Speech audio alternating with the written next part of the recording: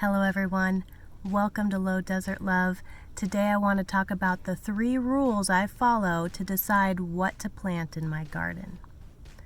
The first rule is only going to apply to you if you're growing for food production. But the first rule is always, is someone going to eat it if I grow it? It doesn't do me any good to grow something and put it on the counter if no one's ever going to actually eat it.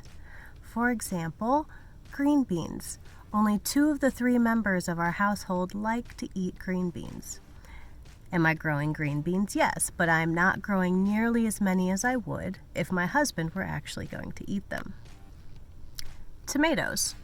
Everyone in our house eats tomatoes. Spaghetti sauce, chili, tomato-based anything, tomatoes on sandwiches, in salads, general snacking. So we're growing 7 kinds of tomatoes. All beautiful, all gorgeous, and none of them are you going to find on a grocery store shelf where they've been sitting for weeks because they have been bred to be shelf hardy as opposed to being, fully full of flavor and delicious. They have been bred to sit on a truck and sit on a shelf and sit on your counter for weeks. And that's great, but it breeds the flavor out of all of the food. The same thing with peppers. We're growing 5 kinds of hot peppers, 4 or 5 kinds of sweet peppers, and none of those sweet peppers are bell peppers. I can go to the store and buy a crappy bell pepper. Why would I grow that when I can grow the violet sparkle or the cubanelle or a sheep nose?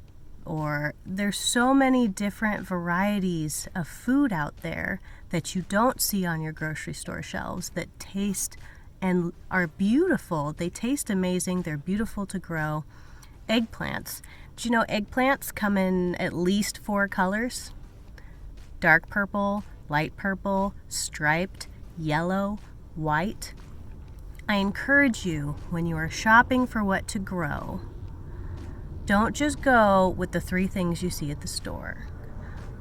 Go online, go to your local nursery, look for things that you can't find at the store and grow those. I think you'll be surprised. Rule number 2, will it actually grow in your climate? Now, that's not to say you can't make special accommodations inside your house to grow something that you want to. You can close the door, crank the heat in one room in your house, and grow a banana tree if you really wanted to. I'm not interested in doing that. But I am interested in actually producing food. So if I wanted to grow an apple here in our climate, in our backyard, I would have to grow something like an Anna apple. An Anna apple only needs 100 chill hours to go through its cycle and produce fruit.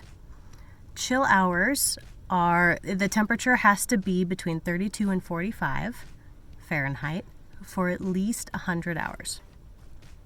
A Gala apple needs up to 500 chill hours. I can't get that in my backyard.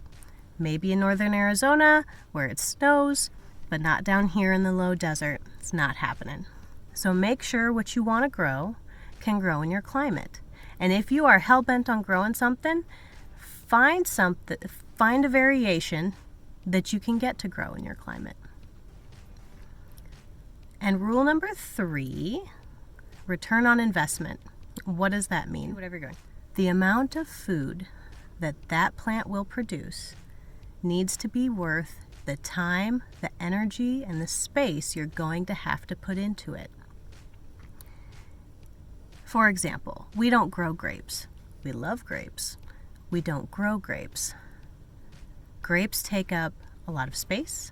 They take an entire season to produce fruit, and they don't produce a lot of fruit. The amount of grapevines I would have to plant at least half my backyard with grapevines to produce the amount of fruit I would consider reasonable to feed me for a season, to feed me and my family for a season.